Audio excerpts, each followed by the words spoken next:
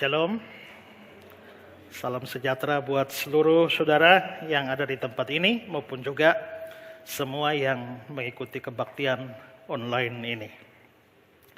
Hari ini kita akan melanjutkan seri khotbah kita, Doa Bapa Kami, dan ini adalah bagian yang ke-13 ya. Dan secara khusus kita akan membahas janganlah membawa kami ke dalam pencobaan, tetapi lepaskanlah kami daripada yang jahat. Mari sekali lagi lihat teks doa Bapa Kami. Kalau setiap minggu kita baca doa Bapa Kami, habis seri khotbah ini saudara sudah harus hafal doa Bapa Kami. Ya, jangan sampai ada yang tidak hafal, karena ini sudah terus menerus kita baca dan bahas. Karena itu berdoalah demikian, Bapa kami yang di sorga, dikuduskanlah namamu, datanglah kerajaanmu, jadilah kehendakmu di bumi seperti di sorga. Berikanlah kami pada hari ini makanan kami yang secukupnya, dan ampunilah kami akan kesalahan kami, seperti kami juga mengampuni orang yang bersalah kepada kami. Dan janganlah membawa kami ke dalam pencobaan, tetapi lepaskanlah kami daripada yang jahat, karena Engkaulah yang mempunyai kerajaan dan kuasa dan kemuliaan sampai selama-lamanya. Amin.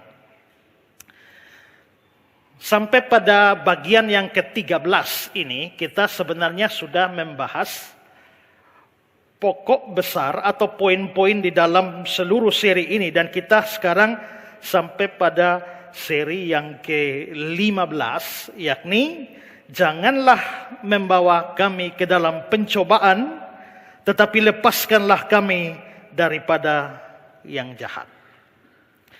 Permohonan ini adalah permohonan setelah permohonan tentang pengampunan. Ampunilah kami akan kesalahan kami, dan seterusnya. Lalu masuk pada janganlah membawa kami ke dalam pencobaan. Apakah ada hubungan antara dua permohonan ini? Sekilas kalau kita membaca saja, kita tidak merasa ada hubungan di antara keduanya. Tapi sebenarnya ada. Mengapa? Karena dalam permohonan sebelumnya kita meminta ampun untuk dosa-dosa dan kesalahan kita. Ampunilah kami akan kesalahan kami, akan hutang-hutang kami. Itu menunjuk kepada dosa-dosa yang telah kita buat. Karena kita telah berbuat dosa, atau karena dosa itu telah kita buat, makanya kita minta ampun. Ampunilah kami akan kesalahan kami. Berarti menunjuk kepada dosa yang telah terjadi, dosa yang telah kita buat. Tapi persoalannya adalah bahwa setelah dosa itu dibuat di sana, lalu kita minta ampun di sini, kita masih bisa tetap berdosa di hari berikutnya. Dan itu sering terjadi. Siapakah di antara kita yang setelah meminta pengampunan atas dosa-dosanya, selanjutnya hidupnya ke depan tanpa dosa sama sekali? Tidak. Itulah sebabnya di dalam permohonan akan pengampunan dosa, sama seperti kita minta makan setiap hari, berikanlah makanan kami hari ini, atau berikanlah roti harian kami. Permohonan pengampunan juga perlu dilakukan setiap hari, karena kita mempunyai dosa-dosa harian. Setiap hari sadar atau tidak sadar. Dan itu berarti bahwa setelah dosa saya diampuni sekarang, masih tetap terbuka kemungkinan besok, lusa, seterusnya saya kembali berdosa. Karena itulah, untuk mengatasi hal itu terjadi terus-menerus, maka diberikanlah sebuah permohonan lagi. Janganlah membawa kami ke dalam pencobaan. Karena kalau kami masuk ke dalam pencobaan, kami berdosa lagi. Maka ampunilah kami akan kesalahan kami untuk dosa kita. yang sudah lewat. Tapi jangan membawa kami ke dalam pencobaan untuk mencegah kita pada dosa hari besok. Maka dua permohonan ini memang ada hubungannya. Henry bilang begini, setelah berdoa agar dosa kita dihapuskan, sudah sepantasnya lah kalau kita berdoa agar tidak pernah kembali melakukan kebodohan, supaya kita jangan tergoda lagi. Atau kata Sproul, dengan mengajar para pengikutnya untuk berdoa, janganlah membawa kami ke dalam pencobaan, tetapi lepaskanlah kami daripada yang jahat.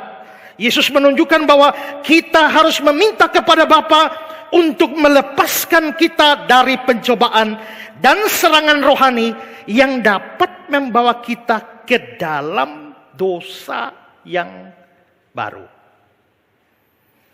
Karena itu, dua permintaan ini penting. Ampunilah kami akan kesalahan kami, janganlah membawa kami ke dalam pencobaan. Dua permohonan itu sama-sama penting. Jikalau saudara mengingat pada waktu saya membahas poin tentang sekilas pandang tentang doa Bapa kami, saya menjelaskan bahwa sebenarnya doa Bapa kami ini beberapa bagiannya itu tertulis dalam paralelisme Ibrani. Apa itu paralelisme? Paralelisme itu adalah dua kalimat. Satu kalimat lalu kalimat kedua. Tapi kalimat kedua itu berfungsi menjelaskan apa yang dimaksud di dalam kalimat pertama. Nah, contoh untuk itu misalnya, datanglah kerajaanmu, jadilah kehendakmu. Apa artinya datanglah kerajaanmu? Arti datanglah kerajaanmu adalah jadilah kehendakmu di bumi. Jikalau kehendakmu terjadi, maka sesungguhnya kerajaanmu sudah datang. Maka datanglah kerajaanmu, jadilah kehendakmu. Itu paralelisme. Paralelisme yang sama juga terjadi di sini, yaitu janganlah membawa kami ke dalam pencobaan, tetapi lepaskanlah kami daripada yang jahat. Apa artinya jangan membawa kami ke dalam pencobaan? Artinya adalah lepaskanlah kami daripada yang jahat. Jadi itu satu paket. Itulah sebabnya pembahasan tentang kedua hal ini tidak dipisahkan. Nah, karena itu saya akan membahas kalimat ini. Janganlah membawa kami ke dalam pencobaan, tetapi lepaskanlah kami daripada yang jahat. Saya mau membahasnya dengan beberapa penggalan atau frase yang penting. Pertama, yang jahat. Ya, ayat 13. Lepaskanlah kami daripada yang jahat. Apa yang dimaksudkan dengan yang jahat di sini? Kita semua tahu perbuatan jahat itu seperti apa. Kita sering berbuat jahat. Kita sering melihat orang berbuat jahat. Kita juga mungkin sering dijahati. Kita mengerti apa itu kejahatan. Tapi kejahatan itu dari mana sumbernya? Bukankah sepertinya kejahatan itu sudah melekat di dalam diri kita, bahkan sejak kita lahir? Sudah ada semacam sifat jahat di dalam diri kita. Itulah sebabnya orang tidak perlu belajar berbuat jahat. Tidak perlu ada kursus berbuat jahat. Tidak perlu ada kursus berdosa. Semua kita lahir sudah dengan membawa sifat kejahatan atau sifat dosa ini. Seorang ayah menceritakan betapa herannya dia karena dia mempunyai anak kembar dan dia selalu mengikuti kehidupan anak kembarnya ini hari lepas hari. Mereka dua lahir sama-sama, tumbuh besar, diberi makan, diberi semua fasilitas yang sama. Tapi satu hari dia mengamati, dia kaget karena masing-masing sudah diberikan mainan. Tapi kembar yang satu merampas mainan dari saudaranya. Dan saudaranya itu mempertahankan miliknya, ditarik lagi. Akhirnya mereka dua tarik-tarik mainan, lalu si kakak tempeleng adiknya. Dan dia heran. Sejak kapan dan dari mana sifat egois seperti ini ada di dalam anaknya? Sejak kapan sifat jahat seperti ini ada di dalam pikiran anaknya? Bukankah mereka lahir dalam keadaan suci, tidak berdosa? Itulah ajaran agama lain. Tapi kekristenan tidak. Kekristenan mengajarkan bahwa manusia punya sifat dosa. Karena itulah diwariskan dari nenek moyang yang berdosa. Maka manusia punya sifat dosa. Tetapi dari mana dosa itu muncul?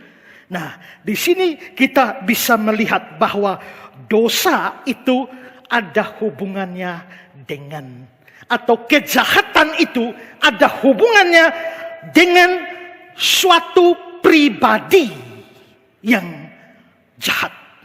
Alkitab berbicara kejahatan lebih daripada suatu sifat kejahatan.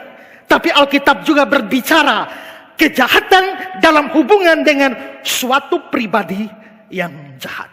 Dan pribadi itu tidak lain dari iblis. Yohanes pasal 8 ayat 44. Iblislah yang menjadi bapakmu. Dan kamu ingin melakukan keinginan-keinginan bapakmu. Dia adalah pembunuh manusia sejak semula. Dan tidak hidup dalam kebenaran. Iblis pembunuh. Kamu melakukan kehendak bapamu, berarti kamu mau membunuh. Kamu mau membunuh aku. Itu kejahatan. Sebab di dalam dia tidak ada kebenaran. Apabila dia berkata dusta, dia berkata atas kehendak sendiri. Sebab dia adalah pendusta dan bapa segala dusta. Dusta itu jahat. Dan iblis dikatakan sebagai bapa segala dusta. Berarti kejahatan itu bukan hanya sekedar suatu sifat. Tapi sifat itu bersumber dari satu pribadi yang jahat. Dalam hal ini iblis. 1 Yohanes 3 ayat 8. Barang siapa yang tetap berbuat dosa berasal dari iblis, sebab iblis berbuat dosa dari mulanya. Kejahatan bersumber dari iblis. Karena kejahatan bersumber dari iblis, maka iblis disebut sebagai si jahat. Dalam Matius 5:37. Jika ya, hendaklah kamu katakan ya. Jika tidak, hendaklah kamu katakan tidak. Apa yang lebih daripada itu berasal dari si jahat. Dan banyak ayat yang bicara tentang iblis sebagai si jahat.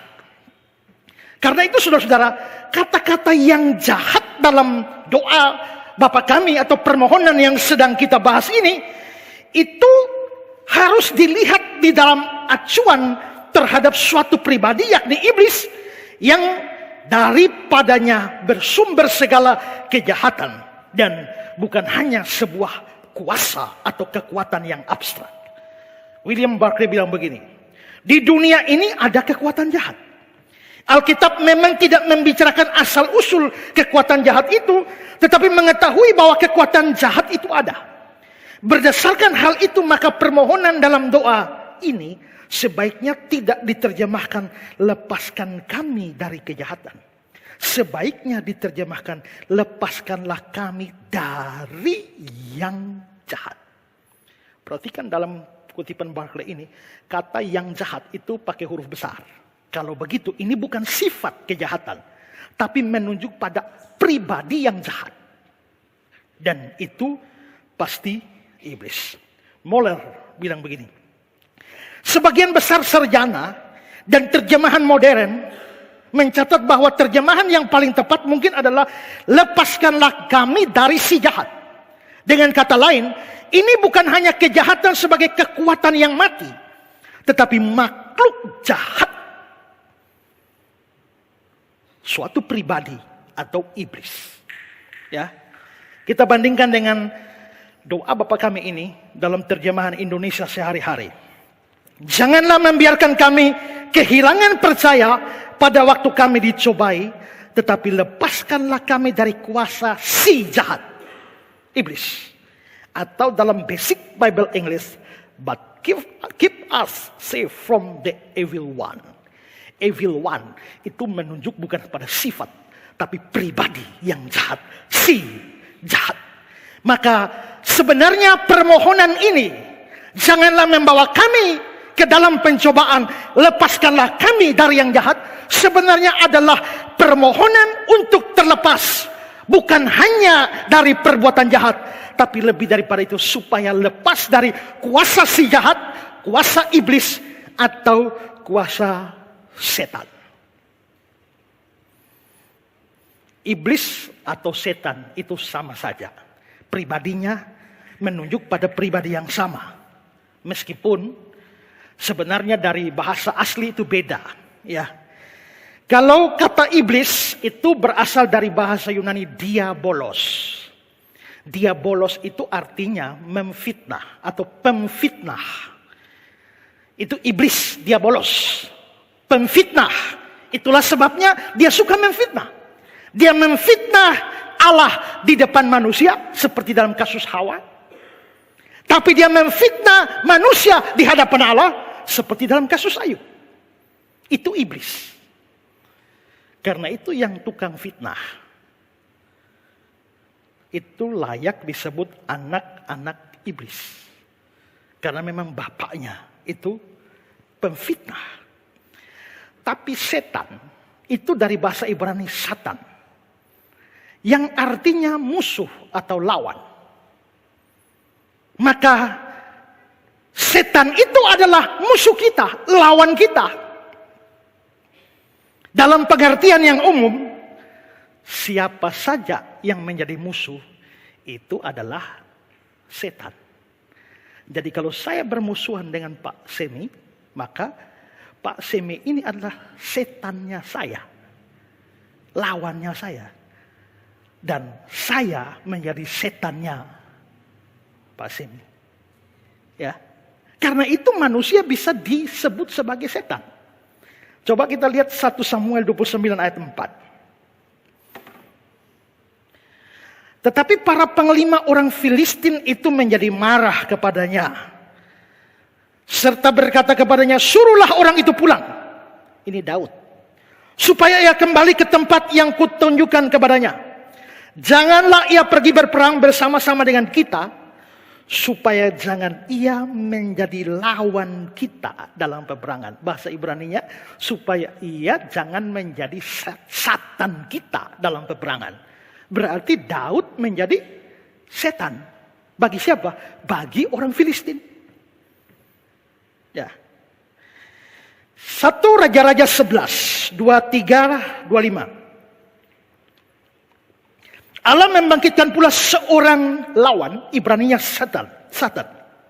Allah membangkitkan pula seorang Satan Salomo. Berarti setan bagi Salomo. Yakni Reson bin Eliada yang telah melarikan diri dari tuannya. Yakni Hadadezer Raja Soba. Dialah yang menjadi Satan Israel sepanjang umur Salomo. Berarti si Reson bin Eliada ini menjadi setan bagi Israel. Setan bagi Salomo. Itulah sebabnya manusia bisa disebut setan, musuh atau lawan. Jadi kalau saudara bermusuhan dengan saya, saudara adalah setan bagi saya setan bagi saudara. Maka kita dua adalah sesama setan. Kalau tidak mau menjadi setan, jangan bermusuhan. Atau jangan memusuhi orang. Begitu saudara memusuhi orang, saudara menjadi setan bagi orang itu. Nah, kembali kepada persoalan kita, itu berarti bahwa lawan kita ini sesungguhnya, atau setan ini sesungguhnya adalah lawan kita. Iblis itu musuh kita. Lagu anak sekolah minggu ya. Iblis itu musuh kita. Nah, kembali pada persoalan kita.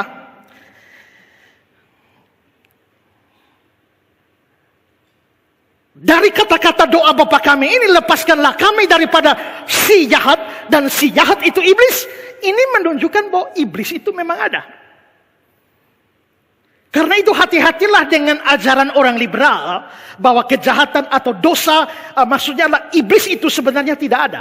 Mereka hanya melihat kejahatan sebagai sebuah kekuatan yang abstrak, ya, tapi tidak berkonek dengan sebuah pribadi, suatu pribadi yang namanya iblis. Itu ajaran liberal. Karena itu orang liberal kalau lihat orang kerasukan setan, mereka tidak anggap betul-betul ada kerasukan setan. Tidak.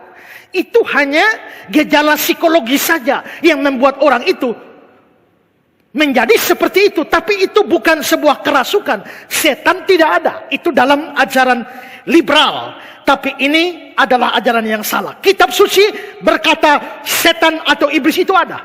Tokoh-tokoh Alkitab bicara tentang setan atau iblis. Yesus sendiri bicara tentang setan dan iblis.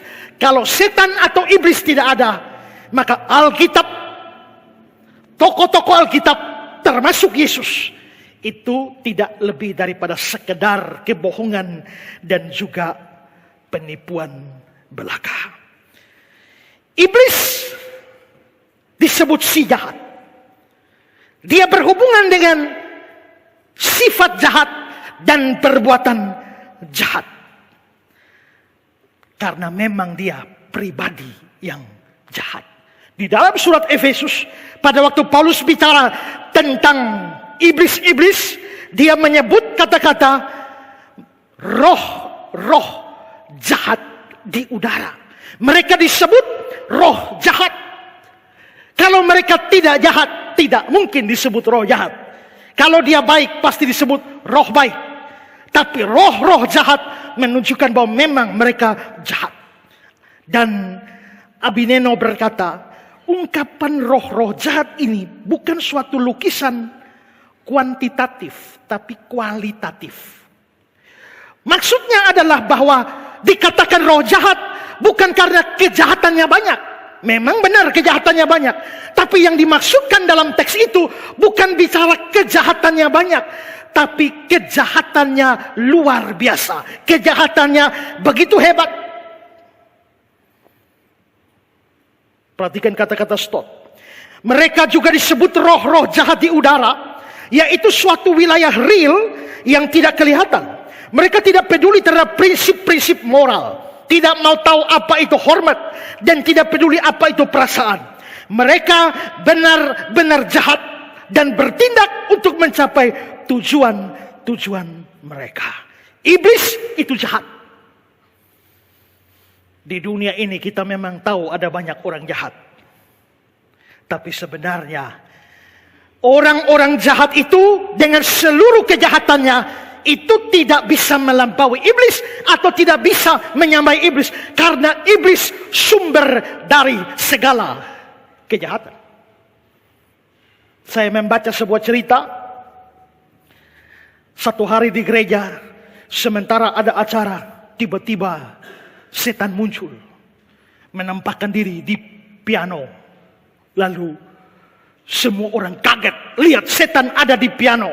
Lari semua, kabur.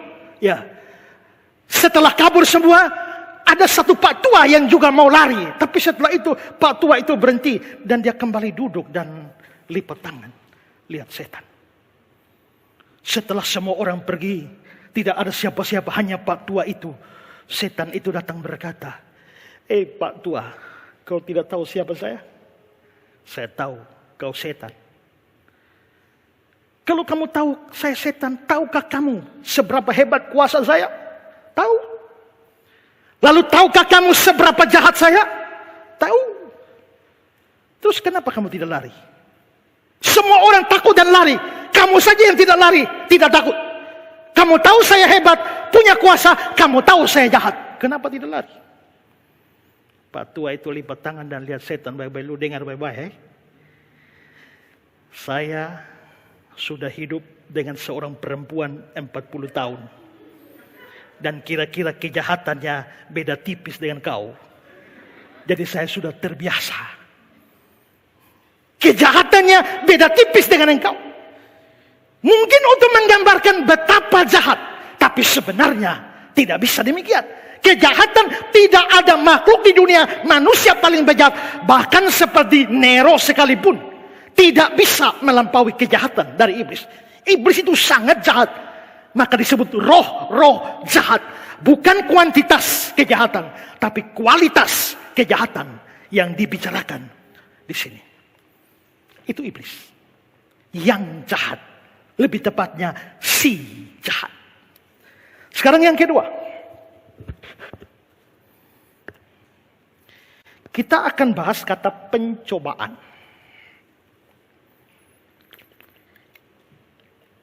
Ayat 13. Janganlah membawa kami ke dalam pencobaan.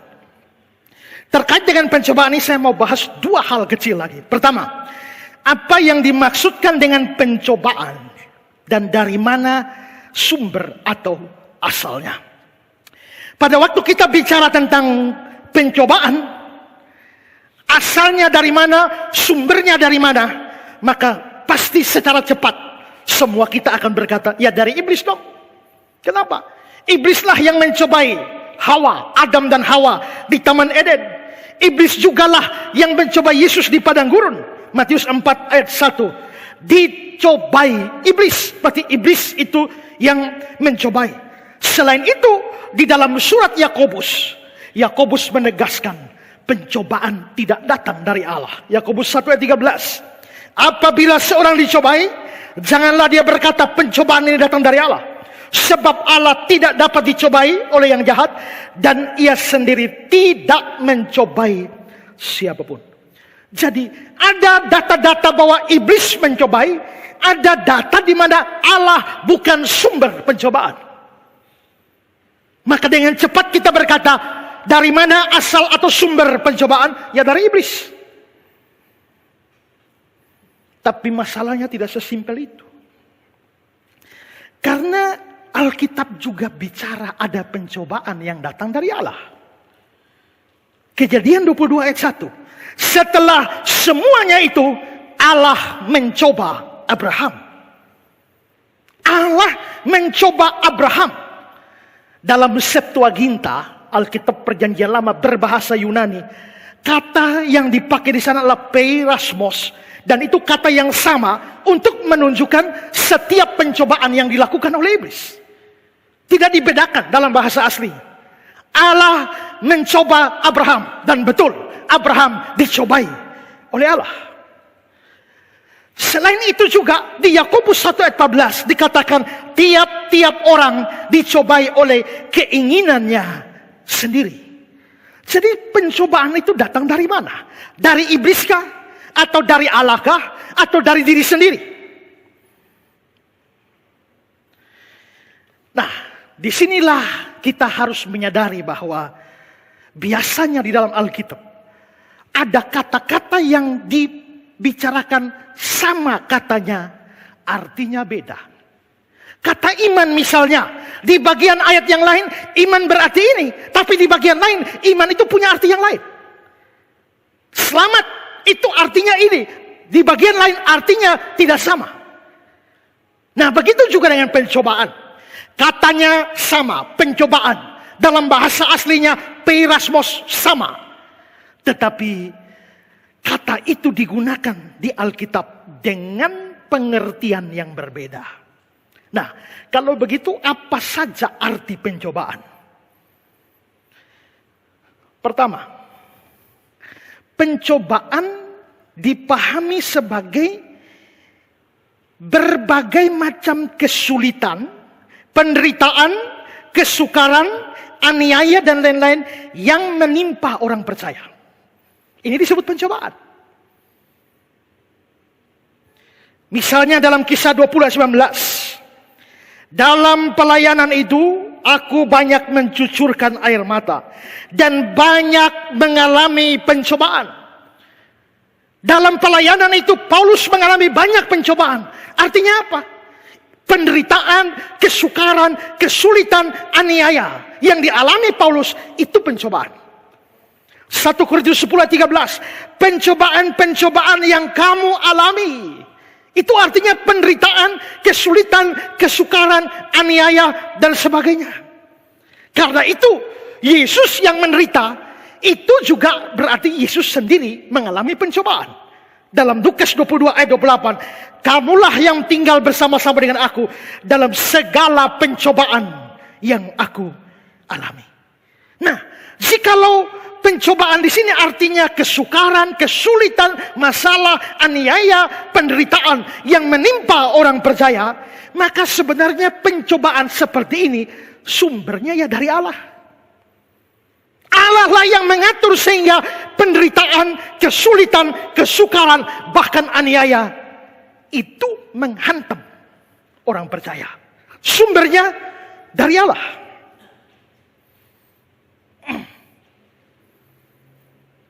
Karena itu saudara-saudara, pencobaan semacam ini karena sumbernya dari Allah, tujuannya baik.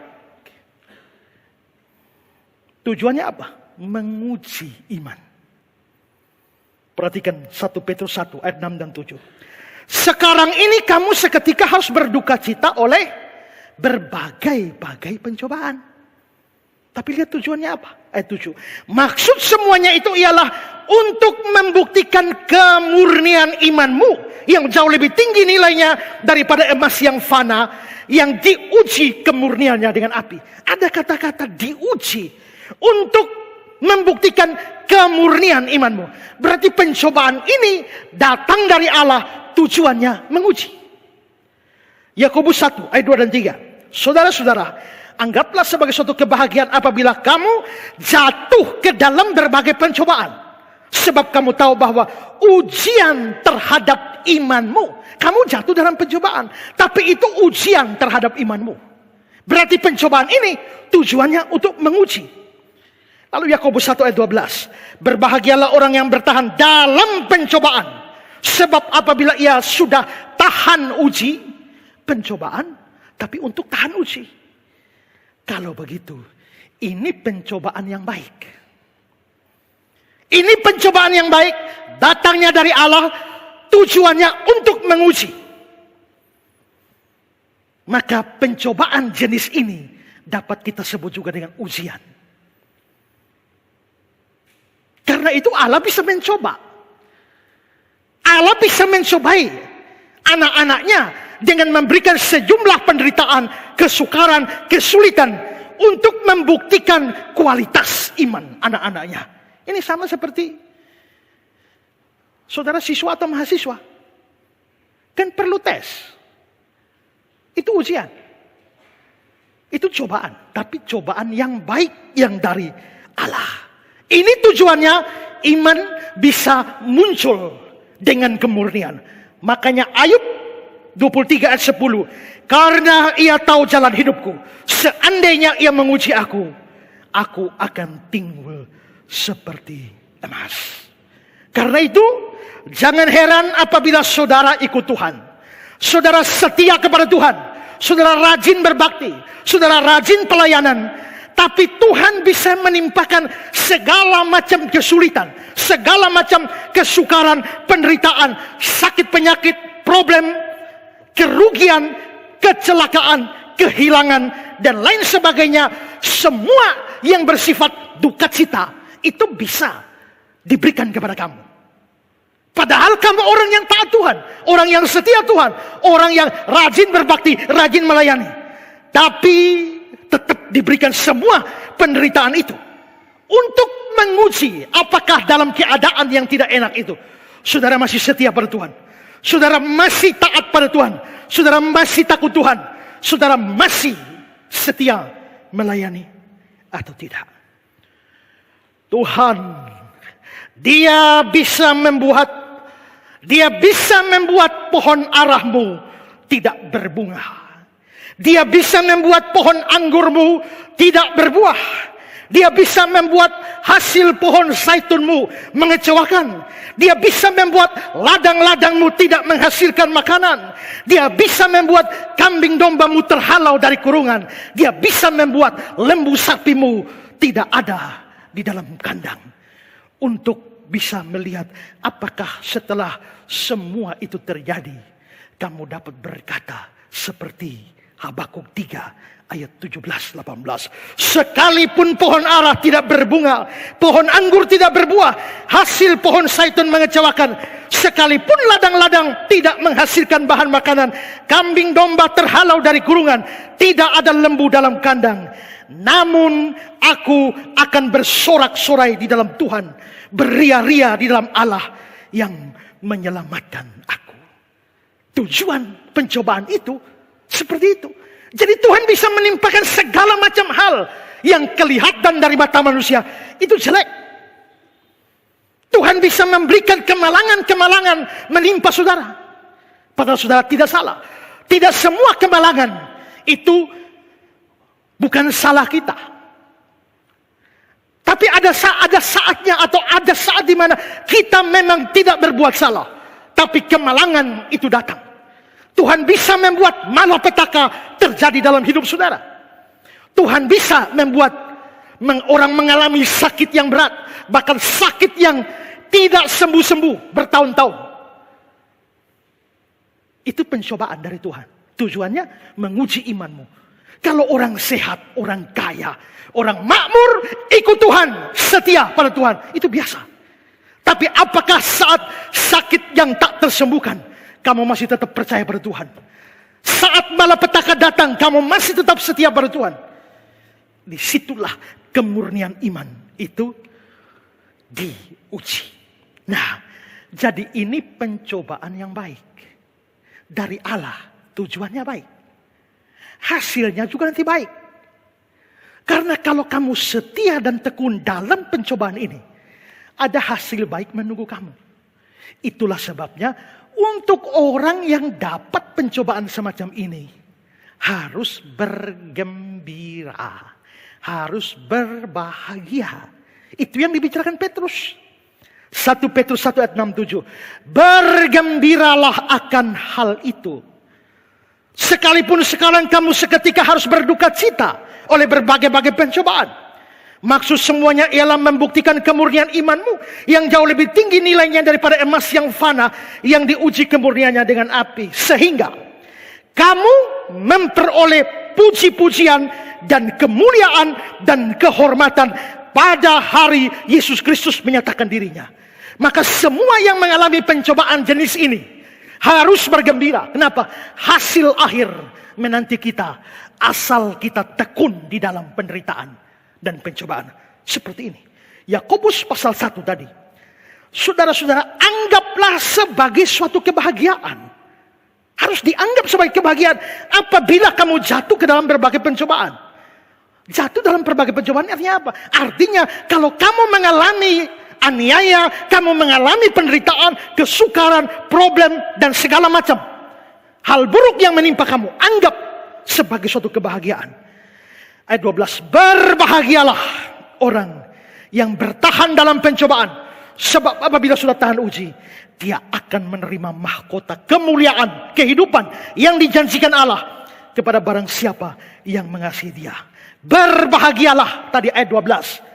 Terjemahan dalam versi King James itu digunakan kata blessed. Artinya diberkatilah. Maka orang yang menghadapi pencobaan seperti ini, itu orang diberkati. Coba saudara pikir, kalau saudara di sekolah atau kuliah, semua mahasiswa yang lain, semua siswa yang lain dapat ujian. Hanya saudara saya yang tidak. Apa yang ada di pikiran saudara? Loh, ada yang aneh, semua ujian. Saya tidak. Maka saudara menuntut saya pun harus ujian.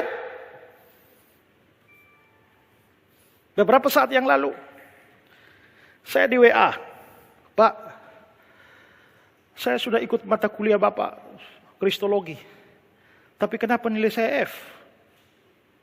Kuliah di Zoom sudah, kuliah onsite sudah, kenapa nilai saya F? Lalu saya bilang, ya karena kamu nilaimu ujian jelek. Kamu pikir setelah kamu ikut kelas saya, ikut Zoom, ikut onsite, otomatis tidak bisa F? Nilai ujianmu jelek. Lalu dia bilang, Pak, bisakah saya ujian ulang? Dia minta ujian. Berarti ujian diperlukan. Karena tanpa ujian itu, dia F. Tanpa ujian, dia tidak bisa naik kelas. Dalam hal sekuler seperti ini, orang mengharapkan ujian. Orang bahkan bisa minta ujian ulang. Padahal ujian itu tidak gampang. Tapi dalam hal rohani, adakah yang minta ujian? Dan adakah yang minta Tuhan minta ujian ulang? Ya, ujian ini baik. Itulah sebabnya dikatakan bergembiralah. Anggaplah sebagai kebahagiaan. Atau diberkatilah. Karena itu memurnikan iman kita di sini. Dan mahkota di sana itu dipercerah, diperindah. Seperti kata Henry, ujian-ujian kita akan membuat cemerlang anugerah-anugerah kita pada saat ini. Dan mahkota kita pada akhirnya. Oleh sebab itu, ada alasan mengapa kita harus menganggap sebagai kebahagiaan apabila ujian dan kesulitan menimpa kita sewaktu kita menjalankan kewajiban kita. Karena itu, jangan cepat mundur kalau saudara sedang dicobai atau diuji seperti ini. Jangan terlalu banyak mengeluh. Jangan terlalu banyak protes Tuhan. Jangan terlalu banyak ngomel pada Tuhan pada saat pencobaan semacam ini diberikan. Tujuannya baik untuk ujian bagi imanmu. Tapi Tuhan, ujiannya terlalu berat, pencobaannya terlalu berat, rasanya tidak kuat lagi. Ingat, yang paling tahu kekuatanmu itu bukan kamu, tapi Tuhan. Tuhan lebih mengenal diri saya lebih daripada saya sendiri mengenal diri saya. Maka Tuhan juga yang paling tahu kekuatan saya lebih daripada saya. Dan Tuhan menakar pencobaan itu. Tidak akan lebih kekuatanmu.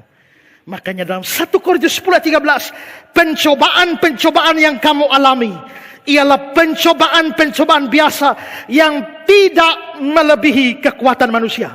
Sebab Allah setia, dan karena itu Dia tidak akan membiarkan kamu dicobai melampaui kekuatanmu.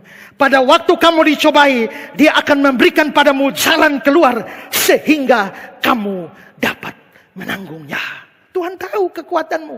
Jadi kalau Tuhan kasih kamu ujian level 5, Tuhan tahu sebenarnya imanmu level 6. Makanya tidak lewat. Semakin tinggi kesukaran yang saudara dapat, itu membuktikan imanmu sudah segitu tingginya. Sampai ujian yang datang pada kamu begitu berat.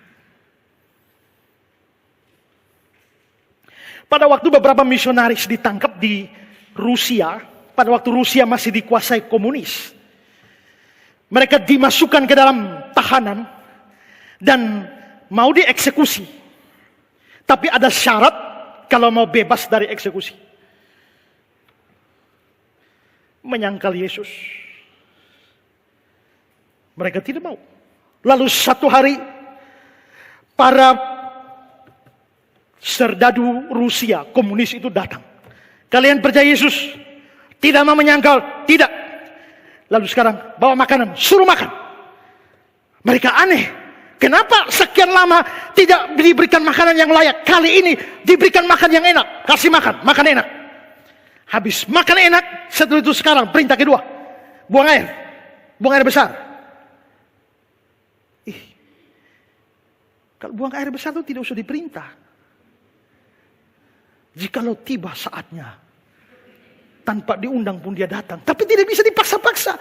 Sebelum jadwal, tapi dia dipaksa. Buang air. Dan mereka memaksakan diri buang air.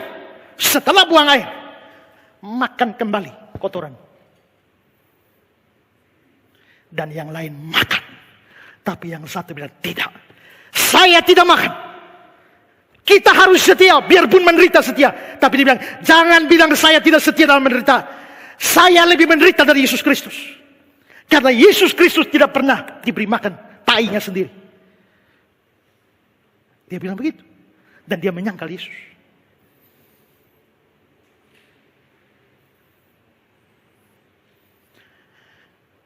Murtad.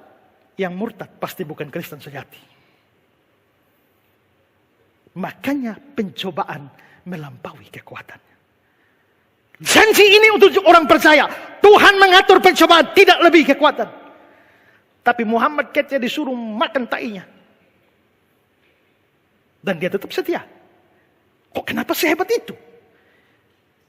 Pencobaan tidak melebihi kekuatannya. Berarti Tuhan tahu kekuatannya di sini. Makan kotoran sendiri, levelnya di sini. Itu tidak melebihi kekuatannya. Berarti kekuatannya di atas. Maka semakin banyak orang menderita. Menderita dengan hebat. Menderita dengan sangat. Menderita luar biasa. Karena imannya.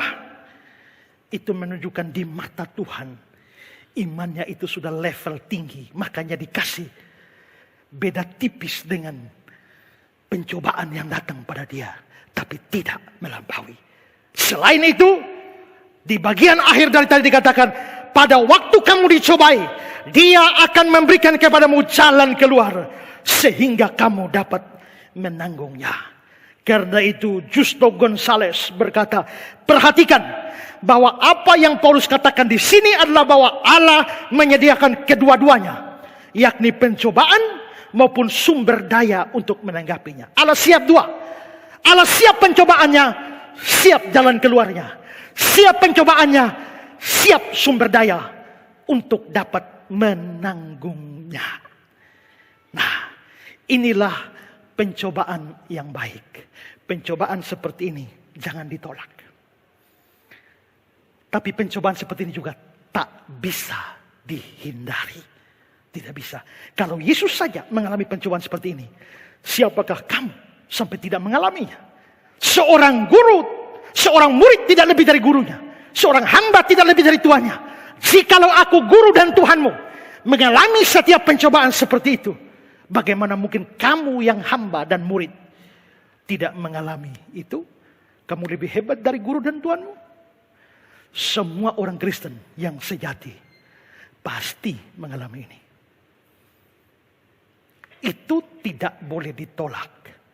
Itu baik untuk kita. Dan jangan minta Tuhan untuk tidak mencobai kita dalam pengertian ini. Itu pencobaan jenis satu. Sekarang kita lihat pencobaan jenis kedua.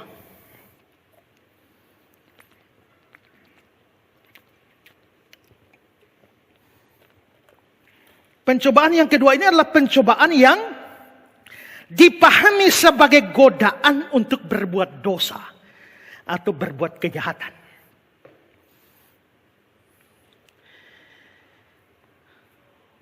Kalau jenis pencobaan semacam ini, nah ini yang Yakobus bilang, yang begini tidak mungkin dari Allah. Yakobus 1:13, apabila seorang dicobai, janganlah dia berkata pencobaan ini datang dari Allah. Sebab Allah tidak dapat dicobai oleh yang jahat. Dia sendiri tidak mencobai siapapun. Kalau pencobaannya itu adalah godaan untuk berbuat dosa atau berbuat jahat, ini tidak mungkin datang dari Allah. Mengapa itu tidak bisa datang dari Allah? Yakobus memberikan jawabannya. Ayat 17, Yakobus 1. Setiap pemberian yang baik dan setiap anugerah yang sempurna datangnya dari atas. Berarti Allah itu sumber segala yang baik. Menggoda orang berdosa itu hal yang buruk. Tidak mungkin datang dari Allah. Karena Allah itu setiap pemberian yang baik, setiap anugerah sempurna datang dari Allah. Diturunkan dari Bapa segala terang. Dia Bapa segala terang. Jikalau dia mencobai orang untuk berdosa, itu namanya bukan terang lagi. Dia Bapa segala terang. Tidak mungkin dia mencobai orang dalam pengertian menggoda orang untuk berdosa. Dan padanya tidak ada perubahan atau bayangan karena pertukaran.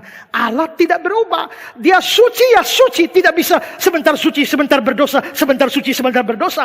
Karena Allah itu suci dan tidak berubah. Tidak mungkin ada waktu di mana dia mencobai manusia dalam pengertian menggoda manusia untuk berdosa. Tidak. Karena itulah maka pencobaan jenis ini tidak datang dari Allah. Kalau tidak datang dari Allah, terus datang dari mana? Ya sudah pasti datang dari iblis. Karena iblis memang mencobai, menggoda untuk berbuat dosa. Ya, 1 Korintus 7 ayat 5. Sesudah itu hendaklah kamu kembali hidup bersama-sama, supaya iblis jangan menggodai kamu. Iblis jangan menggodai kamu. Berarti memang iblis kerjanya menggodai kamu. Matius 4 ayat 3. Lalu datanglah si pencoba. Jadi disebut si pencoba karena dia mencobai. 1 Tesalonika 3 ayat 5. Aku khawatir kalau kamu telah dicobai oleh si penggoda. Nah, ayat-ayat ini menunjukkan bahwa pencobaan jenis kedua tidak datang dari Allah. datangnya dari iblis. Tapi selain itu, dari mana lagi? Ayat 14. Tetapi tiap-tiap orang dicobai oleh keinginannya sendiri.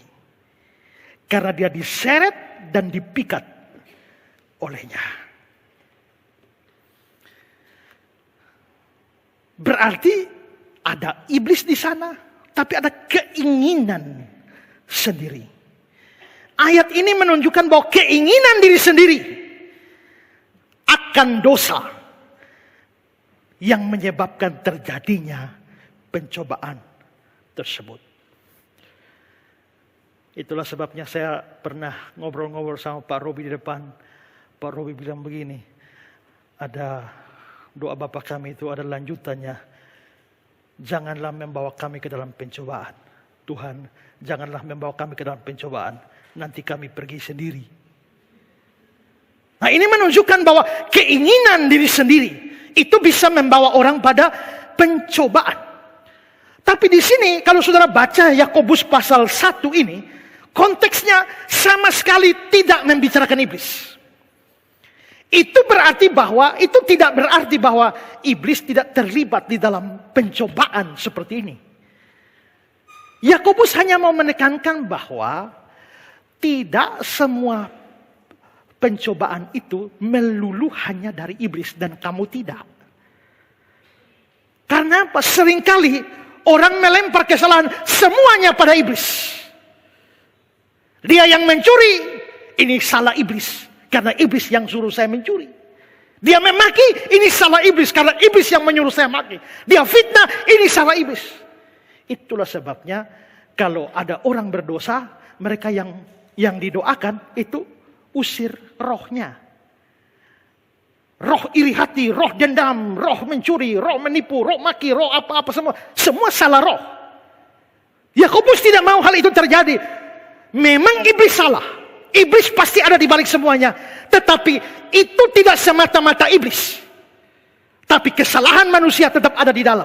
Ingat, iblislah yang menggoda Hawa dan Adam untuk makan buah itu. Tapi yang dihukum nanti bukan hanya iblis. Adam dan Hawa juga dihukum. Itu berarti Adam dan Hawa sekalipun digoda oleh iblis, tidak bebas dari salah. Karena itu, jangan hanya mengkambing hitamkan iblis. Dikit-dikit iblis, dikit-dikit iblis, dikit-dikit iblis. Makanya pendeta Stephen Tong bilang satu hari Tuhan Allah berjalan-jalan di tengah taman yang sejuk.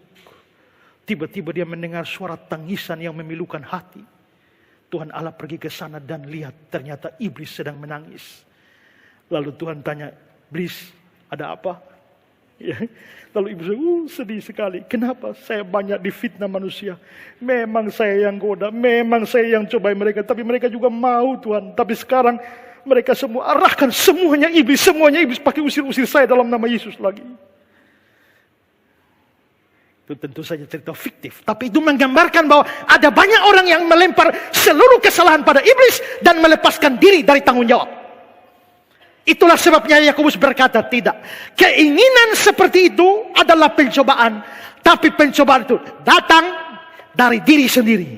Walaupun ada iblis di balik semuanya. Nah, kalau begitu di sini kita lihat ada dua macam pencobaan. Pencobaan pertama baik. Yang kedua jelek. Pencobaan pertama sumbernya dari Allah. Pencobaan kedua sumbernya dari iblis dan diri sendiri. Pencobaan pertama untuk menguji iman. Dan pencobaan yang kedua untuk menghancurkan iman. Itu dua perbedaan. Yang pertama kita butuhkan. Yang kedua harus kita hindari. Itu dua jenis pencobaan dalam Alkitab. Sekarang yang kedua. Lalu pencobaan mana yang dibicarakan dalam doa Bapa kami ini? Kalau ada dua macam pencobaan, lalu pencobaan yang mana yang dimaksudkan dalam doa Bapa kami? Janganlah membawa kami ke dalam pencobaan, lepaskanlah kami dari si jahat. Kalau begitu pencobaan yang mana? Yang kedua kan. Karena berhubungan dengan si jahat. Ya, berhubungan dengan si jahat.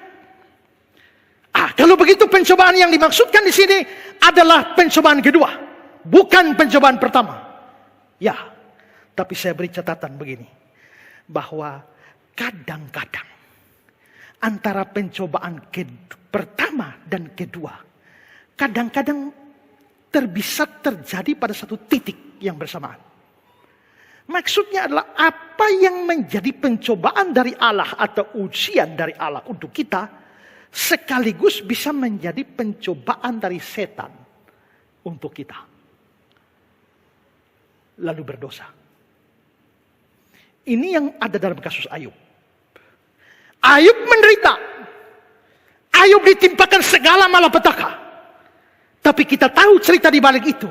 Sebelum penderitaan Ayub, sebelum segala malapetaka yang dialami Ayub, ada setan dan Allah yang berbincang-bincang di balik itu. Dan perbincangan itu mencapai sebuah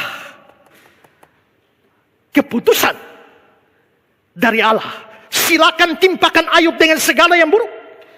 Lalu iblis menimpakan segala malapetaka kepada Ayub. Berarti di situ kita bisa lihat di dalam penderitaan Ayub, kenapa Allah izinkan lakukan itu, atau Allah memutuskan untuk mengizinkannya. Itu berarti karena Allah mau pakai penderitaan Ayub sebagai pencobaan versi Allah, yaitu untuk menguji. Tapi setan memakainya sebagai pencobaan versi setan untuk menghancurkan Ayub. Maka di situ dua pencobaan ini, pencobaan baik dan pencobaan yang jelek, bertemu pada satu titik, yaitu penderitaan Ayub. Dan kita juga bisa melihat contoh itu pada waktu Yesus dicobai oleh iblis di Matius 4 ayat 1. Maka Yesus dibawa oleh roh ke padang gurun untuk dicobai iblis. Untuk dicobai iblis, ada iblis di balik itu yang mencobai. Kembali ke ayatnya, ya. Maka Yesus dibawa oleh Roh Kudus. Roh Kudus yang bawa. Berarti Roh Kudus juga punya kepentingan di dalam pencobaan yang akan dialami Yesus di padang gurun.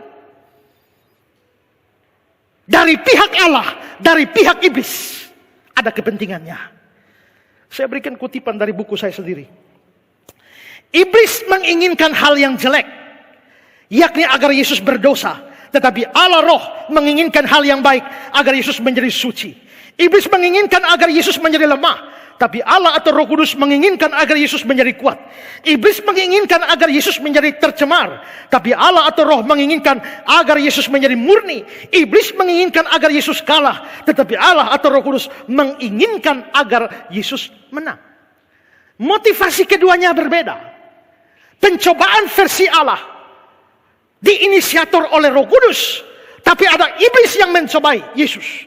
Itu berarti bahwa dua pencobaan ini ketemu pada satu titik, yakni apa yang Yesus alami di padang gurun. Jadi pencobaan dari Allah yang kita sebut sebagai ujian, atau pencobaan dari iblis yang kita sebut sebagai godaan, memang dapat bertemu pada satu titik. Dalam rangka menguji iman saya, maka Allah bisa menimpakan kepada saya berupa penyakit yang tak tersembuhkan. Sudah ke dokter manapun tidak sembuh-sembuh. Dia ingin menguji saya apakah dalam keadaan sakit yang tak tersembuhkan, saya masih taat, saya masih setia, saya masih mengucap syukur, saya masih memuji dan menyembah Dia. Tapi setan memakai itu untuk menggoda. Kalau tidak sembuh lagi, ada dukun di sana. Dan kalau saya pergi mencari dukun, maka pencobaan dari Allah, yaitu menguji iman saya, ternyata diserobot oleh setan untuk melakukan pencobaan versi dia yang menyebabkan saya jatuh ke dalam dosa karena pergi ke dukun. Maka di situ ujian dari Allah, pencobaan dari setan bertemu pada satu titik, yaitu penyakit saya. Dalam rangka menguji iman saya, maka Allah memberikan sebuah pencobaan berupa persoalan yang besar bagi saya. Di dalam rumah tangga saya, atau di dalam pelayanan saya. Untuk menguji saya, apakah di tengah-tengah masalah seperti itu, saya masih tetap setia melayani atau tidak. Tapi setan juga masuk dan menggoda saya. Kalau masalah seperti ini, mending pergi dan mundur dari pelayanan. Tidak usah lanjutkan pelayanan seperti itu. Pada saat seperti itu, ada ujian dari Allah. Tapi setan menyerobot dengan penggodaan versi dia. Akhirnya saya memutuskan pergi dari pelayanan, tinggalkan pelayanan, mengundurkan diri dalam pelayanan. Dan saya tergoda untuk itu. Saya jatuh di sana. Maka di situ ujian dari Allah dan cobaan dari setan bertemu pada satu titik, yaitu problem rumah tangga atau problem pelayanan saya. Dalam rangka menguji iman saya, Allah bisa berikan kepada saya sebuah pencobaan berupa bangkrut di dalam bisnis, bangkrut di dalam usaha. Allah mau menguji saya, apakah dalam keadaan bangkrut seperti itu, makan susah, minum susah, pakaian susah, biaya sekolah anak susah, apakah saya tetap setia pada Tuhan? Apakah saya tetap jujur dalam mencari nafkah? Tapi setan masuk di sini dan dia bilang, kalau makan susah, minum susah begini, ya korupsi, judi, jual narkoba, atau segala macam cara mendapatkan uang dengan cara yang tidak halal. Itu berarti bahwa ujian dari Allah, cobaan dari setan bertemu pada satu titik, yaitu kebangkrutan saya. Maka memang ada beda antara pencobaan versi Tuhan, yaitu ujian, pencobaan versi setan, yaitu godaan. Tapi dalam banyak kasus, keduanya sama. Itulah sebabnya Pendeta Stephen Tong bilang begini, ketika Tuhan sedang menguji saudara, saat yang sama, setan sedang menggunakan kesulitan yang saudara alami untuk mencobai saudara. Dengan ini kita mengerti bahwa ujian dan pencobaan bisa terjadi pada peristiwa yang sama. Atau Justo Gonzales, setiap kali si jahat mencobai orang percaya, pencobaan itu juga merupakan ujian yang datang dari Tuhan. Karena itu, iblis pasti selalu mencobai, selalu menggoda kita berbuat jahat, baik dalam keadaan normal maupun pada saat kita berada dalam berbagai macam kesulitan karena ujian-ujian dari Allah. Dengan kata lain, kita dapat melihat di sini bahwa iblis dapat memakai segala macam keadaan, segala macam kesempatan untuk menghancurkan kita. Makanya Petrus bilang dalam 1 Petrus 5 ayat 8, sadarlah, berjaga-jagalah, lawan musuh iblis berjalan keliling sama seperti singa yang mengaum-ngaum mencari orang yang dapat ditelannya. Iblis itu seperti singa, mengaum-ngaum cari orang yang bisa ditelan. Karena itu sadarlah dan berjaga-jagalah.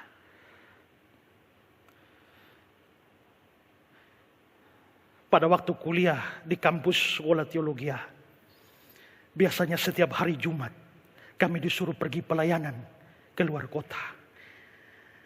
Kami hidup berasrama dan taunya hanya belajar, kerja, tidur. Kerjanya itu saja.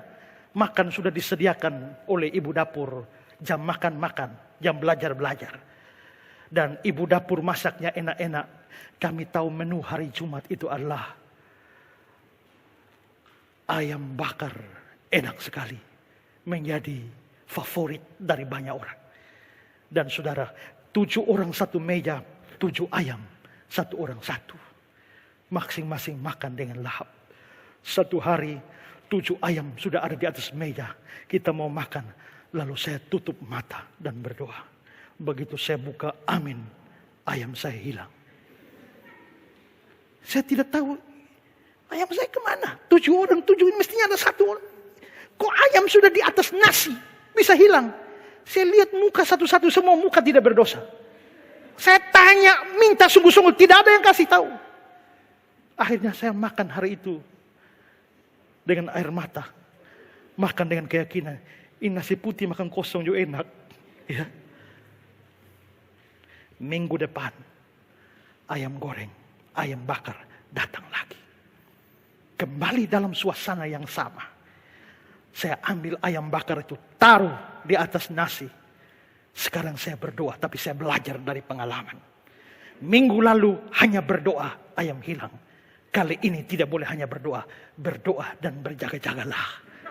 Karena itu nasi, ayam di atas, saya berdoa tapi tangan saya pegang ini. Bapa di surga, mengucap syukur. Pada waktu itu aku merasa ada tangan-tangan setan datang, ya, darah Yesus, ya, dan amin, ayam bakar masih ada. Saya belajar satu hal, bahwa doa saja tidak cukup, tapi berdoa dan berjaga-jagalah. Ya, sadarlah, berjaga-jagalah. Lawan musuh iblis berjalan keliling sama seperti singa mengaum-ngaum dan mencari orang yang dapat ditelannya. Sekarang terakhir.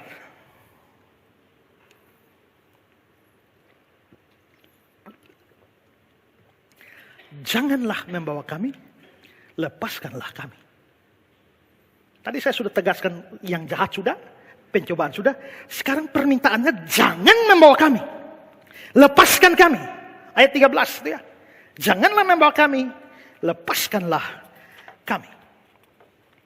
Saya mau jelaskan ini dalam 2 hal. Pertama, apa arti janganlah membawa kami, lepaskanlah kami? Saya sudah jelaskan tadi, yang jahat itu menunjuk pada si jahat atau iblis. Karena itu kalau dikatakan lepaskanlah kami dari yang jahat, lepaskanlah kami dari si jahat, lepaskanlah kami dari iblis, itu wajar. Normal, tidak ada masalah di situ.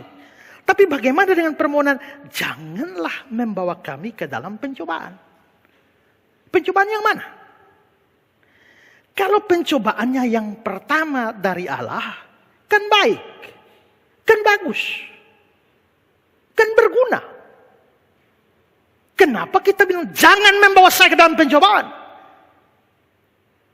Tuhan bisa bilang, kamu minta jangan bawa kepada pencobaan. Tidakkah kamu tahu pencobaan itu baik bagi kamu? Berguna bagi kamu? Bermanfaat bagi kamu? Lagi pula, tadi kita lihat di dalam 1 Petrus 1 ayat 6. Bergembiralah akan hal itu. Yakobus 1 ayat 2. Anggaplah sebagai satu kebahagiaan. Kalau kita disuruh bergembira, anggap sebagai kebahagiaan. Lalu kenapa minta Tuhan, jangan bawa saya? Itu tidak cocok. Tapi kalau pencobaan itu pencobaan jenis kedua, godaan iblis untuk saya berdosa, jangan membawa saya ke dalam pencobaan itu. Pertanyaannya adalah, bisakah kita meminta kepada Allah supaya iblis jangan menggoda kita?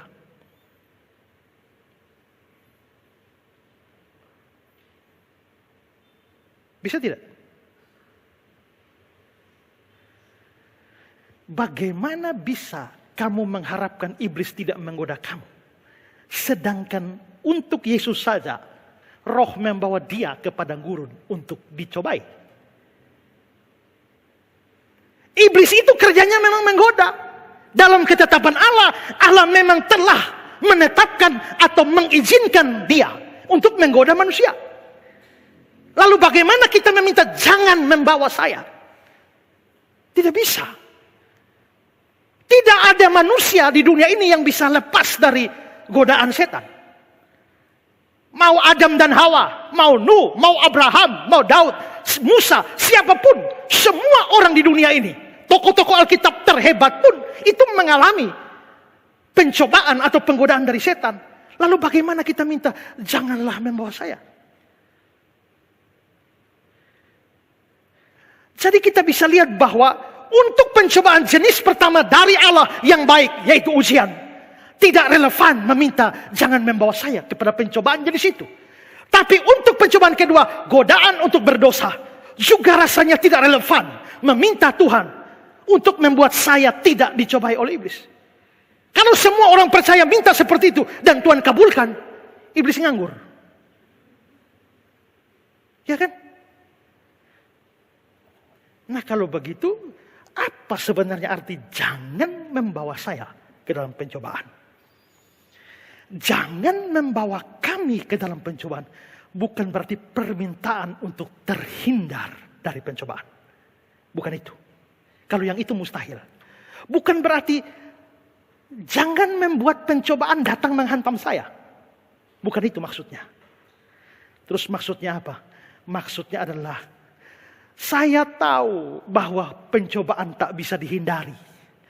Pencobaan jenis pertama, Tuhan menguji saya. Itu perlu, itu penting, itu pasti terjadi untuk menguji saya.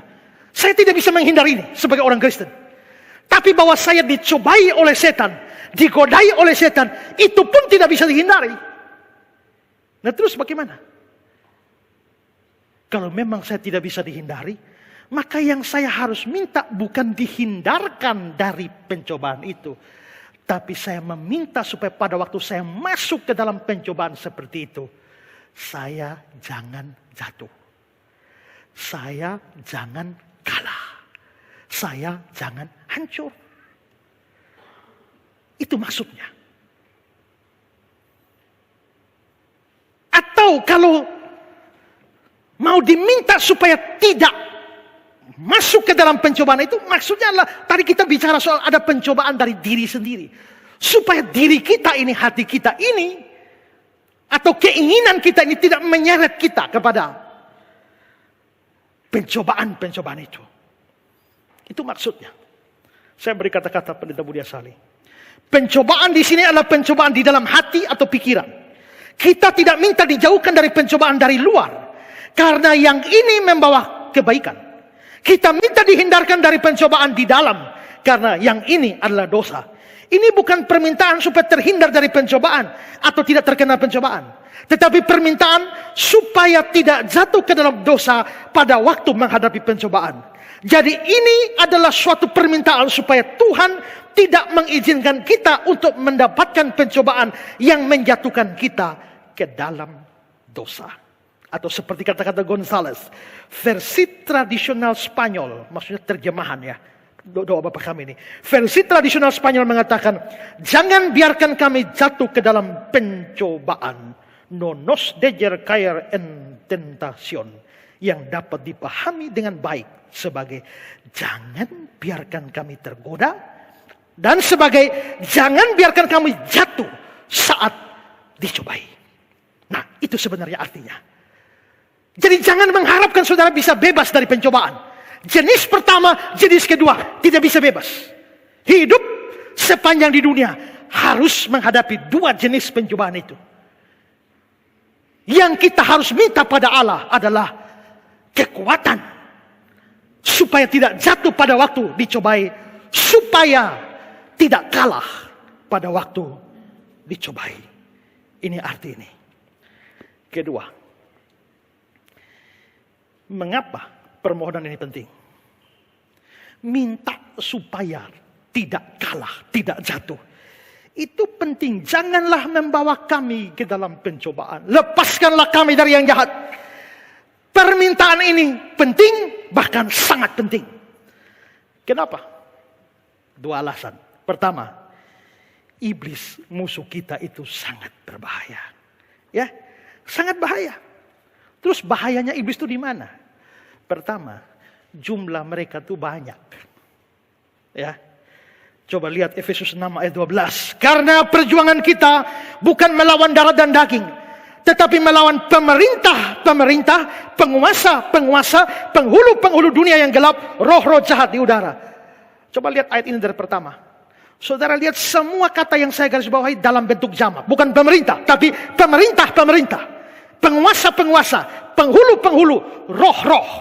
Disebutkannya istilah-istilah ini dalam bentuk jamak. Itu menunjukkan bahwa kekuatan atau jumlahnya iblis atau setan itu banyak.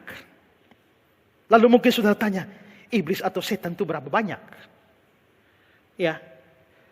Kalau saudara baca dalam Wahyu 12 ayat 3 sampai 4, saya tidak kutipkan di sini.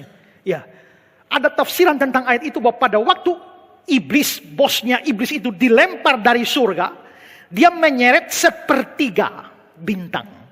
Itu ditafsirkan sebagai malaikat-malaikat. Itu berarti bahwa saat pemimpin iblis itu dilemparkan dari surga, dia membawa sepertiga malaikat di surga. Makanya menjadi kaki tangannya. Sepertiga malaikat di surga itu berapa banyak? Itu jumlah iblis. Kita nggak tahu kalau kita tidak tahu berapa jumlah malaikat. Lalu memangnya berapa banyak malaikat? Coba lihat Wahyu 5 ayat 11. Maka aku melihat dan mendengar suara banyak malaikat sekeliling takhta. Makhluk-makhluk dan tua-tua itu jumlah mereka berlaksa-laksa, beribu-ribu laksa. Berlaksa-laksa, beribu-ribu laksa. Satu laksa 10.000. Beribu-ribu laksa, beribu-ribu kali 10.000. Berapa? Bisa miliar, bisa triliun. Ada satu ayat Ibrani 12 ayat 22. Saya kutip dalam Basic Bible English. Diterjemahkan, army of angel which may not be numbered. Pasukan malaikat yang tidak mungkin terhitung. Malaikat tidak mungkin terhitung. Ayub 25 ayat 3, terjemahan Indonesia sehari-hari. Dapatkah dihitung malaikat yang melayaninya? Maka malaikat itu tidak terhitung. Sekarang saya tanya, sepertiga dari yang tidak terhitung berapa? Mungkin tidak terhitung juga. Maka di sini kita bisa lihat bahwa iblis, musuh kita ini banyak sekali jumlahnya. Karena banyak, jangan heran. Kekuatan pasti jumlahnya melampaui manusia. Maka jangan heran, satu orang manusia bisa dihadapi ribuan setan. Lihat Lukas 8 ayat 30. Dan Yesus bertanya kepadanya, orang kerasukan nih. Yesus tanya, siapa namamu? Jawabnya, Legion. Karena ia kerasukan banyak setan. Siapa namamu? Legion. Legion itu apa? Legion itu istilah militer Romawi. Itu seperti pasukan khusus.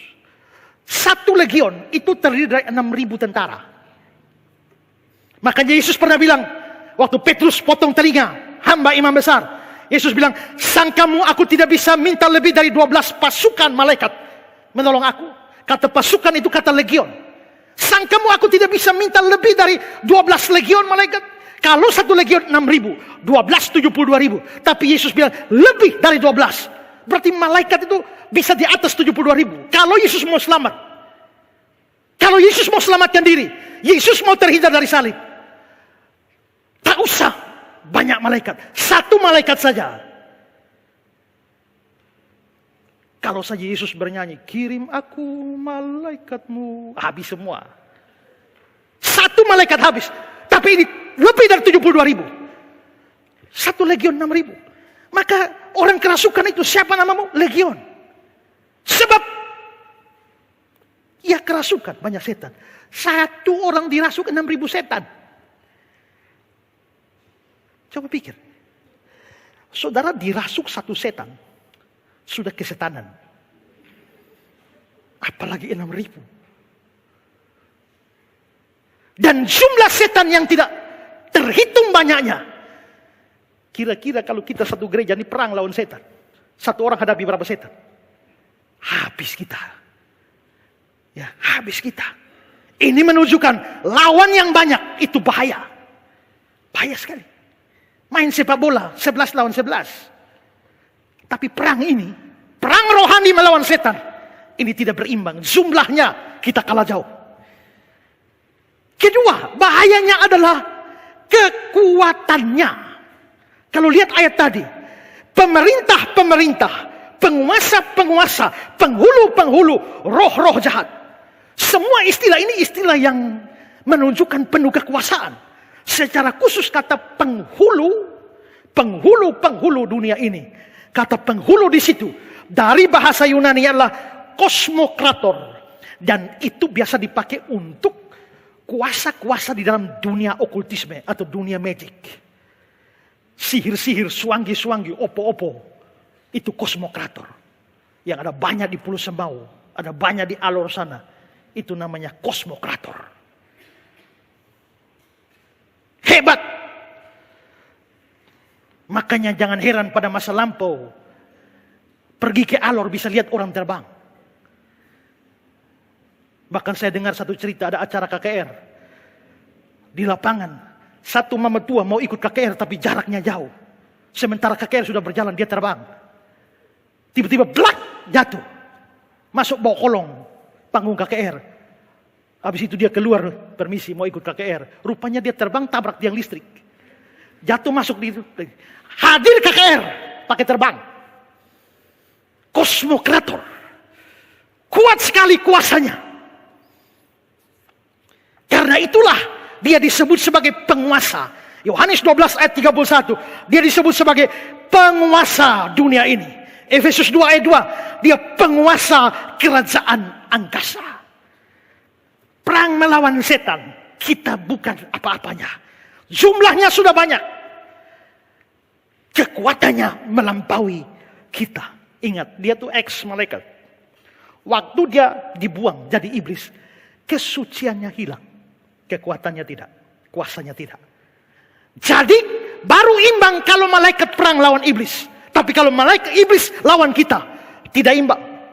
Berikut adalah kejahatannya. Dia sangat jahat.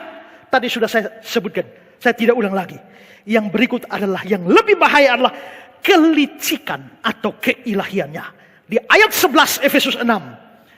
Supaya kamu dapat bertahan melawan tipu muslihat iblis.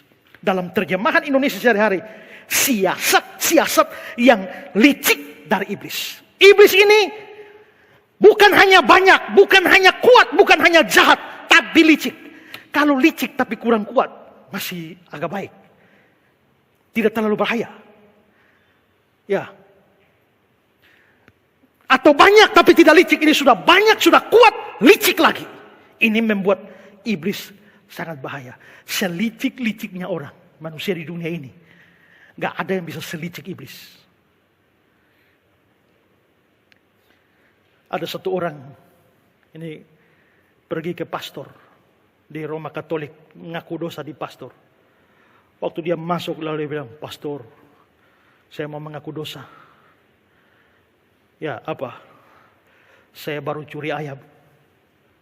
Wah, kamu telah berbuat sesuatu yang salah, dosa.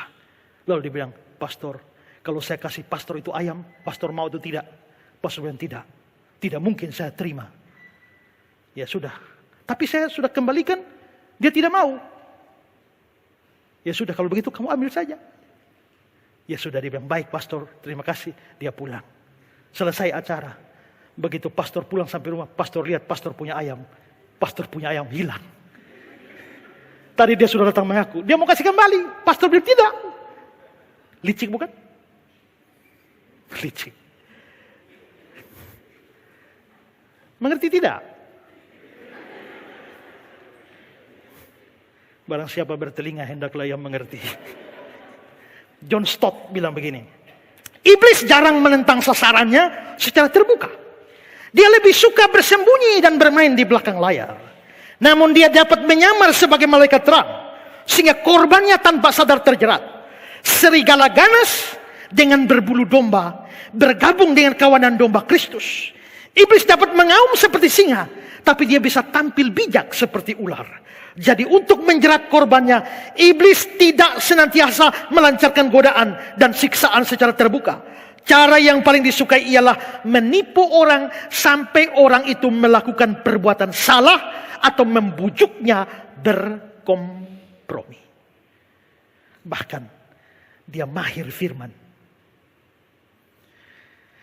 Pada waktu Tuhan Allah tempatkan manusia di Taman Eden, Tuhan kasih firman begini, Kejadian 2:16. Perhatikan kata-kata ini. Semua pohon dalam taman ini boleh kau makan buahnya dengan bebas. Perhatikan. Semua pohon dalam taman ini boleh kau makan. Waktu iblis datang kepada Hawa, dia bilang begini. Kejadian 3:1. Ular itu berkata pada perempuan, tentulah Allah berfirman, semua pohon dalam taman ini jangan kamu makan. Coba kembali ke sebelumnya. Boleh kau makan. Seluruh kalimat sama. Boleh kau makan. Sampai iblis, jangan kau makan. Semua kalimat sama, dia cuma rubah satu kata. Begitu dia rubah satu kata, Hawa makan. Dia pinter. Waktu dia bawa Yesus suruh terjun dari bubungan bait Allah, sebab ada tertulis mengenai engkau. Dia kutip Mazmur 91. Untungnya Yesus juga teguh kepada firman, sebab ada tertulis pula. Itulah sebabnya iblis banyak menipu orang pakai firman. Maka banyak orang sesat, ikut ajaran palsu, ikut ajaran sesat yang pakai firman juga. Iblis sangat lihai. Moller berkata, iblis membuat dosa terlihat indah ketika bentuk aslinya sangat jelek. Dia membuat apa yang jahat terlihat baik, apa yang baik terlihat jahat. Dan salah satu kelicikan iblis, kekuatan iblis adalah dia menyerang titik lemah. Begitu dia lihat Yesus puasa, lalu laparlah Yesus. Dia bilang, ubah batu-batu ini jadi roti. Kalau Yesus lapar lalu dia bilang, ubah batu-batu ini jadi HP. Orang lapar tidak butuh makan HP. Butuh roti. Karena itu, dia tahu dalam tanda petik, titik lemah Yesus pada perut, lapar, serang di sana. Dengan kualifikasi semacam ini, banyak, kuat, jahat, lihai, licik. Musuh kita ini bahayanya luar biasa. Sementara itu, kedua, kita sendiri makhluk yang lemah dan mudah jatuh. Musuh sudah begitu kuat, kita begitu lemah. Sayangnya banyak orang Kristen tidak sadari ini dan merasa diri cukup kuat. Petrus misalnya, sebelumnya Yesus berkata tentang dia dalam Lukas 22, 31-32. Simon, Simon, lihat iblis telah menuntut untuk menampi kamu seperti gandum. Tapi aku berdoa untuk engkau supaya imanmu jangan gugur. Tapi apa respon Petrus? Ayat 33. Tuhan, aku bersedia masuk penjara bersama-sama dengan engkau. Dia rasa diri hebat, rasa diri kuat. Di dalam Matius 26 ayat 33, biarpun mereka semua tergoncang imannya karena engkau, aku sekali-kali tidak. Petrus merasa diri, tidak mungkin dia menyangkal Yesus. Dia rasa diri kuat. Bahkan ketika Yesus berkata, aku berkata kepadamu, sebelum ayam berkokok, engkau sudah menyangkal aku. Tapi dia masih bilang, semua tergoncang iman, aku sekali-kali tidak. Petrus rasa diri terlalu kuat. Tapi kita tahu, beberapa jam kemudian habis dia. Hanya dengan pencobaan yang sangat remeh. Mengapa sangat remeh? Seorang perempuan hanya datang. Engkau bersama-sama dengan dia. Langsung menyangkal. Bukan pedang yang ditaruh di leher Petrus. Bukan pemancungan kepala. Bukan dibakar. Bukan dianiaya. Hanya sebuah pertanyaan. Engkau bersama-sama dengan dia. Langsung menyangkal. Seluruh omongan tadi hancur lebur. Petrus kira dia kuat. Tapi fakta menunjukkan betapa lemahnya dia.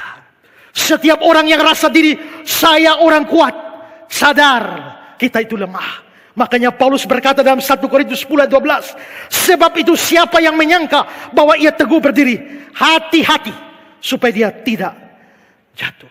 Sadar kelemahan kita. Moller bilang, orang Kristen harus menyadari bahwa pencobaan adalah ancaman nyata dan sehari-hari terhadap persekutuan dengan Allah dan hidup dengan Kristus. Hal paling berbahaya yang bisa dilakukan seorang Kristen adalah percaya bahwa dia kebal terhadap godaan. Faktanya, kegagalan untuk memperhitungkan bahaya pencobaan menunjukkan kesalahpahaman yang parah tentang Injil. Apalagi, setiap kita punya titik lemah masing-masing. Tidak ada Superman rohani. Setiap kita punya titik lemah. Ada yang lemah dalam urusan keuangan, sehingga gampang jatuh di dalam upaya mendapatkan uang dengan cara-cara yang tidak halal. Ada yang lemah dalam hal emosi, sehingga mudah marah, mudah tersinggung, mudah memaki, mengumpat, memukul, membenci, tidak mau mengampuni. Ada yang lemah dalam hal kerendahan hati, sehingga mudah menjadi sombong dengan sedikit pujian. Ada yang lemah dalam kejujuran sehingga mudah berbohong untuk hal yang kecil apapun. Ada yang lemah dengan kepuasan diri sehingga mudah iri hati, cemburu kepada orang. Ada yang lemah dalam hal penghargaan sehingga dengan mudah menghina orang lain. Dan macam-macam kita bisa daftarkan sebanyak-banyak. Kita masing-masing tahu di mana titik lemah kita. Tapi persoalannya bukan kita tahu di mana titik lemah kita. Iblis juga tahu di mana titik lemah kita. Itu masalahnya.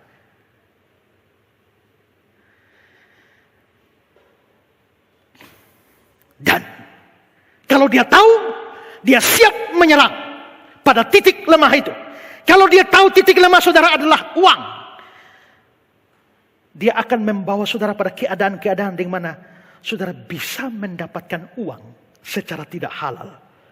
Maka banyak orang Kristen akhirnya mencari nafkah dengan cara-cara yang haram. Kalau dia tahu saudara itu lemah dalam emosi, ini orang ini mudah emosi. Dia kalau marah, ya dia ini sumbu pendek. Ya, sedikit hal itu bisa marah sambil pukul, sambil maki. Lalu iblis mengatur sehingga orang-orang hari itu di sekitar dia menjengkelkan semua. Dan berapa banyak kita yang jatuh. Dan macam-macam hal yang lain. Semua kita lemah. Titik lemah kita masing-masing diserang oleh iblis. Tidak ada orang Superman rohani. Saya baca sebuah komentar. Kita sering punya tekad yang hebat. Tapi prakteknya susah. Lalu diambil contoh. Coba bayangkan ketika Anda sudah bertekad untuk diet minggu ini. Tidak makan malam. Apakah aman? Minggu ini tidak makan daging. Tidak makan daging. Katanya tidak makan daging. Ayam sah. Memangnya ayam bukan daging. Ya. Kita semua sadar bahwa sekuat apapun tekad kita, kita lemah. Roh memang penurut, tapi daging lemah.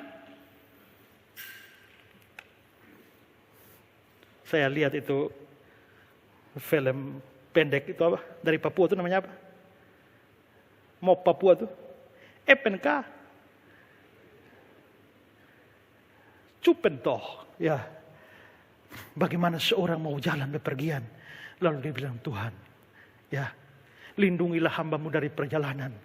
Ya, lepaskanlah hamba daripada yang jahat. Janganlah membawa hamba dalam pencobaan. Tapi lalu dia duduk di atas mobil. Begitu dia mobil, ada cewek cantik di sebelah dia. Masalahnya mengantuk lagi di cewek, mau jatuh-jatuh begini. Ya, waktu dia lihat cewek ini, Tuhan,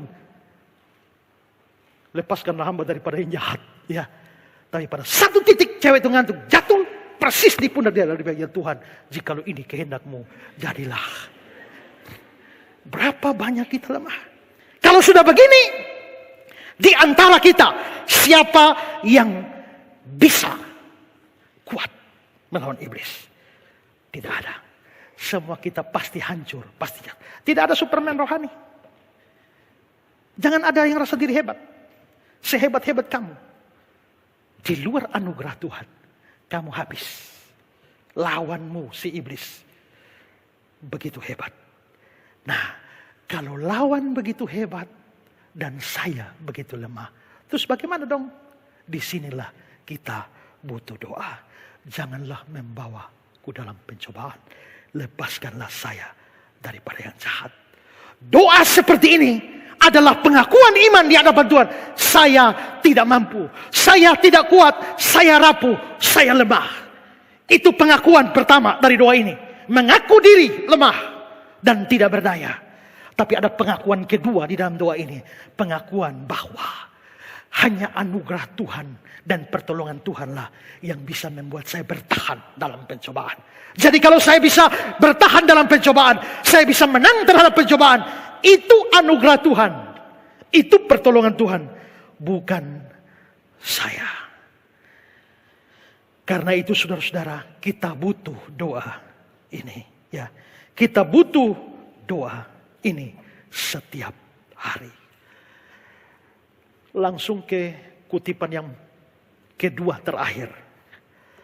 Albert Mohler berkata, Orang Kristen harus menaikkan doa ini serta memohon rahmat dari Tuhan untuk mengatasi godaan sampai masuk lubang kubur.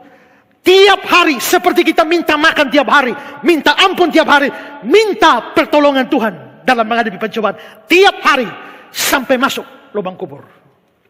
Mulai lagi, hanya dengan memohon kekuatan secara teratur kepada Tuhan untuk mengatasi godaan, kita akan bertahan sampai akhir.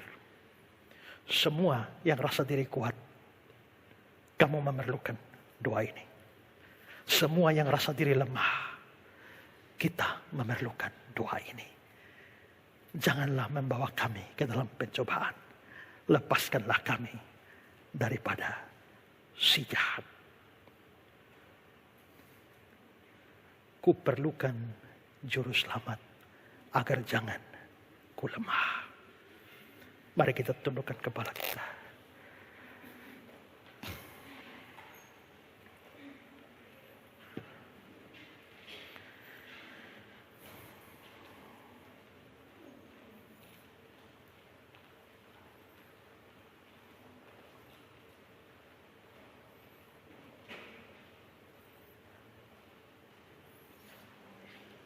Jikalau hidupmu sedang dihantam oleh berbagai macam kesulitan karena imanmu, kamu sudah takut akan Tuhan tapi masih saja mengalami berbagai macam persoalan di rumah, di pelayanan, di tempat kerja, dalam pergaulan sehari-hari, kamu sedang dalam pencobaan. Untuk pencobaan seperti itu, jangan mengeluh. Karena Tuhan bermaksud baik. Supaya imanmu teruji. Dia mau melihat dalam keadaan yang seperti itu, kamu tetap setia, taat atau tidak. Tapi setiap kita sangat rentan terhadap serangan pencobaan iblis. Tanpa Tuhan, tanpa anugerah Tuhan, kita akan hancur. Kita memerlukan juru selamat setiap hari. Ku perlukan juru selamat. Ku perlukan juru selamat agar janganku sesat. Selalu harus ku rasakan bahwa Tuhanku dekat, maka jiwaku tenang, takkan takut dan enggan bila Tuhanku membimbing.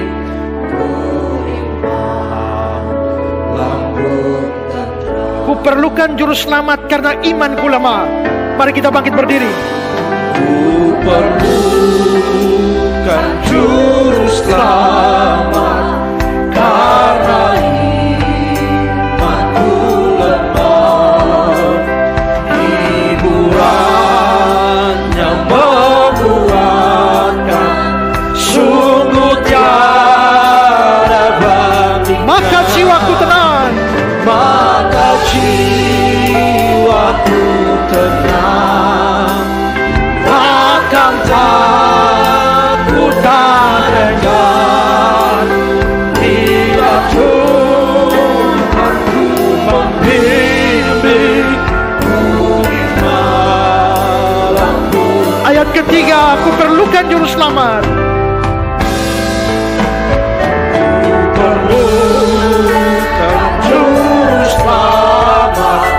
Dalam langkah juangku, siang malam suka duka, dengan Tuhanku tempuh, maka jiwaku tenang,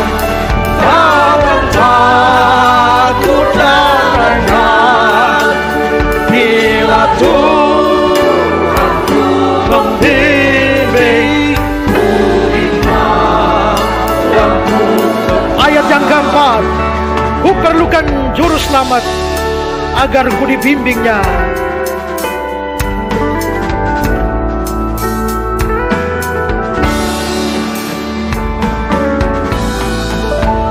Ku perlukan juru selamat agar ku dibimbingnya, melintasi arus Yordan ke negeri bahagia. Maka jiwaku tenang, takkan takut dan enggan, bila Tuhanku membimbing ku di jalanku. Maka jiwaku tenang, Maka jiwaku tenang, takkan takut dan enggan, bila Tuhanku membimbing ku di jalanku tenang.